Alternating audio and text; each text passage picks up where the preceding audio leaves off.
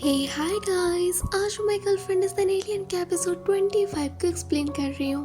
Episode की शुरुआत वहीं से होती है। फैंग ने नाइफ को पकड़ लिया था जो कि ली को लगने वाला था। वो उस नाइफ को छोड़ता है। वो ली को साओजी के पास जाने को कहकर खुद साइंटिस्ट से लड़ने लग जाता है। तब ली साओजी की हालत को देखकर बहुत ही डर जाता है और उसे जल्दी से उठाकर भागता है। वहीं इधर फैंग साइंटिस्ट से लड़ाई करते हुए उसे बहुत ही बुरी तरीके से मारता है, जिसके अगले सीन में हम फैंग को उसके असिस्टेंट के साथ देखते हैं, जहां पर असिस्टेंट बताता है कि साइंटिस्ट को पुलिस ने पकड़ लिया है, पर अब बोर्ड ऑफ मेंबर्स ने उसे कंपनी से निकाल दिया है। पर फैंग को इसकी कोई परवाह नहीं होती क्योंकि उसके लिए साओजी ज्यादा इम्पोर्टेंट होती है। वही इधर हम साओजी को देखते हैं जिसके पास ली होता है, जिसे भरोसा हो जाता है कि फैंग ही है जो कि साओजी को सबसे ज्यादा खुश रख सकता है। इसलिए वो डिसाइड करता है कि वो उन दोनों के रास्ते से हट जाएगा। तभी वहाँ रूम में फैंग आता है और ली वहाँ से चला जाता है। जैसे ही फैंग साओजी के पास जाता है तो साओजी उठ जाती है, पर वो बहुत ही कमजोर हो गई थी और चल भी नहीं पा रही थी।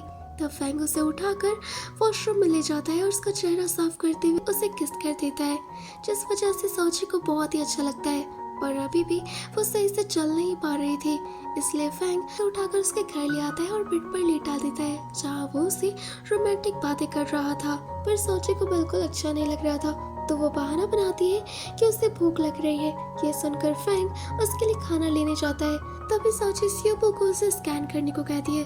सियोबो उसे स्कैन करके बताता है कि उसका बहुत सारा खून निकल चुका है, इसलिए उसे जल्दी से जल्दी अपने प्लेनेट जाना होगा वरना वो मर जाएगी। इसके बाद सियोबो साओजी का सर्वाइवल मोड ऑन कर देता है, जिससे साओजी को थोड़ा अच्छा महसूस होता है। पर अब वो खाना नहीं खा सकती थी क्योंकि अब उसके पास इतनी ताकत नहीं थी कि वो इसे डाइजेस्ट कर पाए। तभी वहाँ फैंग आता है जो कि साओजी के लिए बहुत सारा खाना लेकर आता है। अब चूंकि साओजी फैंग को मना नहीं कर सकती थी, इसलिए वो फैंग के हाथ से उस खाने को खा लेती है और फैंग भी उसे खिलाते हुए खुश हो जाता है। तभी उसे कॉल आता है जिससे उसे पता चलता है कि बारिश होने वाली है। ये सुनकर फैंग तुरंत वहाँ से निकल जाता है। फैंग के जाते ही साओजी की हालत और खराब हो जाती है और वो वॉशरूम में जाकर वोमिट करने लगती है। वहीं इधर हम फैंग को देखते हैं जिससे कि डॉक्टर कहता है कि उसे जल्दी से जल्दी यहाँ से जाना होगा, पर फैंग ऐसा करने से मना कर देता है, ये कहते हुए कि वो यही रहेगा और अपनी बीमारी से लड़ाई करेगा। वो डॉक्टर को अपना एक नया मेमोरी बैंक बनाने को कहता है ताकि इस बार अगर वह साओजी को भूल जाए तो वो उसे देखकर उसे सब कुछ याद आ जाए। वहीं इधर हम साओजी को देखते हैं जो कि डिसाइड करती है कि भले ही उसे कुछ भी हो जाए पर वो फैंग से अपने एम्बेसडर को बाहर नहीं निकालेगी क्योंकि इससे उसके जान को खतरा हो जाएगा। तब से वो बताता है कि ऐसे करने से उसकी मौत हो सकती है और अगर ऐसा तुम नहीं करोगे तो मैं खुद फैंग से उसका एम्बेसडर बाहर निकाल लूंगा। ये सुनकर साओजी उससे मना करती है कि वो ऐसा ना करे। साओजी सोचती है कि अगर मर जाएगी तो फैंग को बहुत ही बुरा लगेगा, इसलिए वो डिसाइड करती है कि वो फैंग के मेमोरी बैंक से अपनी यादें मिटा देगी ताकि उसके जाने पर फैंग को दुख ना हो। जिसके बाद साओजी अपने पावर्स को अपने पैरों में ट्रांसफर करके खड़ी हो जाती है। सियोबो से रोकने की कोशिश करता है क्योंकि अब साओजी के पास कोई पावर्स नहीं बची थी, पर साओजी नहीं मानते। इधर हम ली को देखते हैं जो कि अपने मॉम के साथ होता है। यहाँ उसकी मॉम कहती है कि उसे जल्द से जल्द कंपनी का प्रेसिडेंट बन जाना चाहिए, पर लियो ने मना करता है। तब उसकी मॉम उसे ब्लैकमेल करती है कि अगर वो उसकी बात को नहीं मानेगा तो फैंग और साओजी को परेशानी में डाल देगी। ये सुनकर डर कर ली अपनी मॉम की बात मान लेता है। वहीं इधर हम फैंग के असिस्टेंट को देखते हैं जो कि साओजी के रेस्टोरेंट में क्लिप बोर्ड लगा रहा था ताकि जब फैंग सब कुछ भूल जाए तो वो इन्हें देखकर साओजी को याद कर ले। यहाँ साओजी असिस्टेंट को फैंग का मेमोरी बैंक दिखाने को कहती है, पर असिस्टेंट मना कर देता है।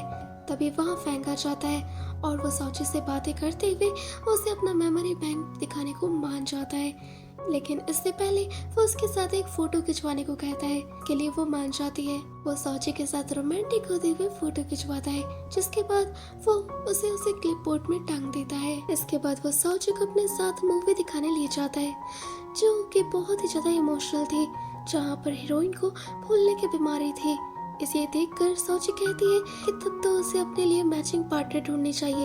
ये सुनकर फैंग को बिल्कुल भी अच्छा नहीं लगता, पर वो साओजी से बहुत ही अच्छे से बातें करने लगता है। अब चूंकि साओजी को पता होता है कि फैंग उसे भूलने वाला है तो वो खुद भी बहुत ही इमोशनल हो जाती है। तभी मिस चाय वहाँ पर जोर जोर से रोने लग जाती है क्योंकि वो मूवी देखकर बहुत ही ज्यादा सैड हो गई थी। तब वहाँ फैंग सभी को समझाता है कि जब वो साउची को भूल जाएगा तब मिस चाय को साउची का ध्यान रखना होगा। साथ ही वो साउची को कहता है कि अगली बार की तरह वो उसके पास डायरेक्ट ना आ जाए। मुझे थोड़ा समय देना, क्योंकि मैं डैड को खोदने वाली लड़कियों को बहुत पसंद नहीं करता।